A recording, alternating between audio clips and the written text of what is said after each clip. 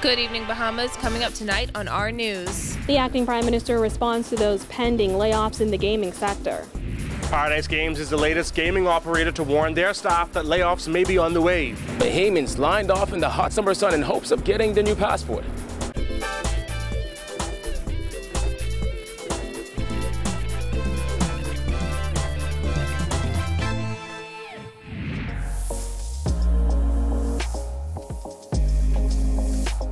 Our news is brought to you by Alive.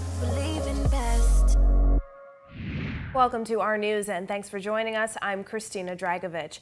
Topping news tonight, don't blame the government for the loss of hundreds of jobs in the gaming sector over the next few weeks. That's according to Acting Prime Minister and Minister of Finance Peter Turnquest, who says the pending sliding scale tax is not to blame for impending layoffs. Jasmine Brown reports. With approximately 400 people expected to join the unemployment line by the end of next month, Turnquest says he believes the move is premature. The fact of the matter is that the tax has not come into effect yet, and so to use that as a direct link for what is happening, I think is a bit of a stretch. His comments come as two major web shop companies warned of layoffs in response to the proposed gaming tax hike. On Thursday, Island Luck said it would lay off up to 350 employees within 30 days, while Shorewind announced the closure of 11 locations this month, putting 50 employees out of work. Turnquest says while he was not surprised by the move by gaming bosses, it is a bit hasty. I too would say that it is a bit premature. Because the truth of the matter is the tax burden that is being put on the majority of the operators is not onerous in respect to the increase that is being contemplated. But again, you know, this is a free market, and they have the right and indeed their obligation to adjust their business according to the changing environment. On May 30th, Turnquest revealed that gaming houses would be taxed between 20 to 50% of their revenue based on their earnings. However, the finance minister said today he believes the impending layoffs have less to do with higher taxes and more to do with the evolution of the industry that he claims has become more technology-based. As the gaming operators will tell you themselves, is that the industry has been shifting to more of an online game. And as a result, the need for physical presence has been shrinking. Some of these operations, these locations have been struggling in the past without any changes in the environment. And so you see that kind of business decisions being made, irrespective of the tax, and then you see the consolidation of the industry and the move to more of an online presence. Turnquest is not the only cabinet minister to comment on the matter. On Tuesday, Minister of Labor Dion Folks pleaded with web shop bosses to hold off on firing employees before that controversial sliding scale tax for gaming houses takes effect. Reporting for our news, I'm Jasmine Brown.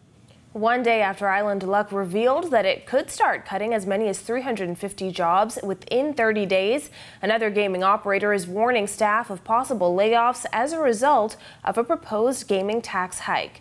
Jared Higgs tells us more. With gaming operators staring down an increase in taxes, employees of Paradise Games have reportedly been put on notice that performance evaluations will be conducted as the company prepares to reduce staff levels. In a leaked memo to employees from CEO Kevin Knowles, the company stated that it had worked tirelessly on behalf of staff and its respective gaming partners to mitigate the negative impact of this new taxation structure.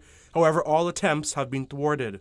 The letter acknowledges that the news is not easy, especially considering a pending increase in value-added tax, and advises workers to evaluate their work performance as well as their savings and spending habits. The letter follows a similar communication from Island Luck to its employees. Now, outside of this Paradise Games location on East Street, we spoke to several customers who say that they feel sympathy for those workers who may lose their jobs. I feel bad about that one because we can't afford to lay off nobody right now. Things too tough. Island Luck is talking about 350 workers, perhaps. Wow. Do you think that we can take that? No, man. No, you can't. The government needs to step in and do something. Or drop the tariff for the gaming board. I'll feel bad for the employees and all of that, man, you know, because then they'll be out of job and all that, you know. You know, things will be tough for them, you know, if they got bills to pay and all that. So, you know, you can't do things like that, you know. So, you know, government got to do something for that, man. I ain't going to be happy for them. Because they're very easy to find a job. Because some of them nice. I like them. Okay? It's more or less shameful to know that we have our brothers and sisters who have to fend for their families, take care of the children, pay these bills with high rising taxes, to know that in short order, they no longer have a job. I'm very, very sympathetic with that. I lost words, but I don't feel like they should lose their jobs. But at the same time, it is a wake-up call. Let's get better at what we're doing. Let's get better at learning stuff, learning the trades, different things like that, where we wouldn't have to depend on demand so much.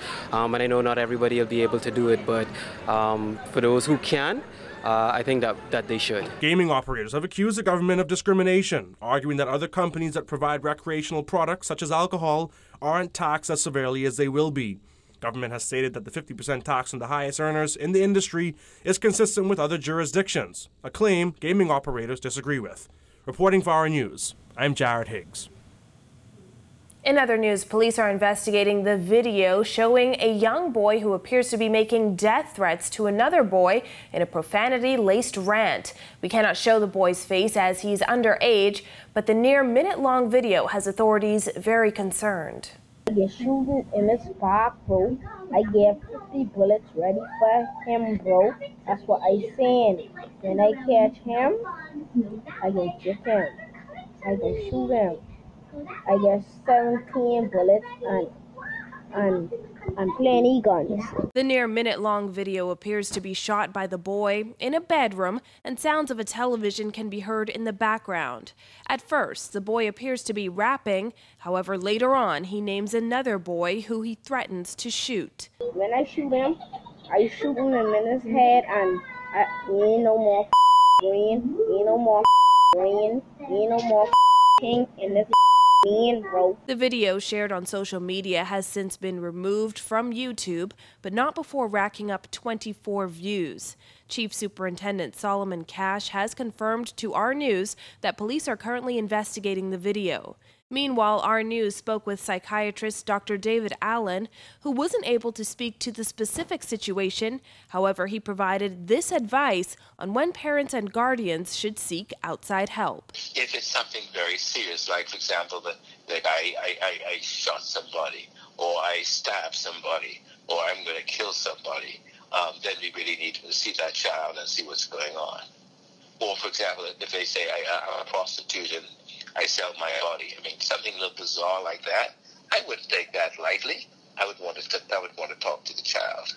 Dr. Allen says children may be dealing with depression or other disorders and may be turning to social media as a way of venting or getting attention from loved ones. Parents have to be very careful, because sometimes when kids are angry or they just want them to see them to show off, they would project things on the social media which may not even be true. But there's no doubt that certain kids who have, sometimes they have depression, or they may have a kind of borderline personality. They act out a lot of their feelings. And the sad thing is social media becomes a new vehicle to act out their feelings. No matter the situation, Dr. Allen says parents and guardians ought to be vigilant in what their children watch and listen to because of the impact it has on developing minds. In other news, on the heels of government's announcement that the controversial Oban Energy's heads of agreement would be amended, Acting Prime Minister Peter Turnquist is shedding more light on those proposed changes. The committee, as you would have heard, is reviewing the entire deal to ensure that it tightens up some of the areas that have been at question, to ensure that the Bahamian people are protected both in terms of the investment and in terms of the environmental, potential environmental issues that may arise. The government signed an agreement with Oban Energies for a $5.5 billion oil refinery and storage facility on East Grand Bahama on February 10th. The project has been marred by a series of controversial issues, from environmental concerns to the checkered past of Oban officials. In March, Prime Minister Dr. Hubert Minnis admitted that his government made a series of missteps regarding the deal with Oban Energies in its haste to boost the economy of Grand Bahama. While he would not go into detail, Turnquist says he's confident the changes will be for the better. We are confident that the persons that are involved in doing that analysis are competent and that they will do a thorough job in terms of any adjustments that will eventually be made. And as Bahamians make the last-minute rush to renew their passports for summer travel, many applicants are now running into the seasonal trouble of long lines and slow service. That was the case at the University Drive Passport Office this morning. Kyle Joaquin tells us more. Now, there isn't much order here, but this will be the site all summer long as Bahamians line up in hopes of getting their passport. It's ridiculous. This is 2018. When we got to the passport office at 10:30 this morning, Jeannie Lundy had already been waiting in the same spot for over 3 hours. Quite frankly, I'm shocked that the people have to line up like this just to get passports and renewals and stuff like that. This thing should be mechanized so that people could go online, apply, and actually get an appointment and come here at a reasonable time and not sit out here all day. I had to take a day off work just to get my daughter's passport. But she's just one of dozens of people waiting around at the passport office. Every summer for years, there's been a backlog, and those eager to have their passport renewed or even just to pick it up have complained of delays. I was here on Wednesday. I was turned around Thursday. Today is my third day today, from 4 a.m. until now. It hasn't been served as yet. From what we understand, they're taking 100% today. So we came together, got organized, wrote our names on the list. Before the doors open at 8. So they took their names, gave you a number. Some persons had 3 and 4 applications per person. So persons who thought they were on the list wasn't able to get a number to be served today. Shabazz Thomas was in line since 6 a.m. He said he had to report to work for 12 and was hoping he'd be able to get his application in with enough time to change and head to work. Outside the office, there's little to no shade from the sweltering heat. And once the few benches are filled, customers like one family with children sought a seat on some nearby bricks. Getting called inside with the AC, a relief. There were quite a few people who tried to help out the process a lot faster, because they tired of going through the same thing every day. What have they been telling you all since you got here, Tim? A bunch of mix-up. One thing for sure, the requirements. I've been hearing about this, too much things they need, And management at the office was unable to speak with our news team, saying they needed permission from the permanent secretary. We then contacted the minister responsible for the passport office, Foreign Affairs Minister Darren Henfield, who said the current passport office and staff levels are not adequate to meet the needs of the summer rush. But he said it's something that will be addressed. But it's regrettable that it takes so long for payments to be served at the passport office, and it's something we're going to have to fix. How soon are we looking to relocate the passport office? The government is looking at facilities for the Ministry of Foreign Affairs. In total, it's difficult to say how long that will take. For Our News, I'm Kyle Joaquin. Still to come on Our News, the health minister defends the Prime Minister's decision to fire 3 MPs. Stay with us.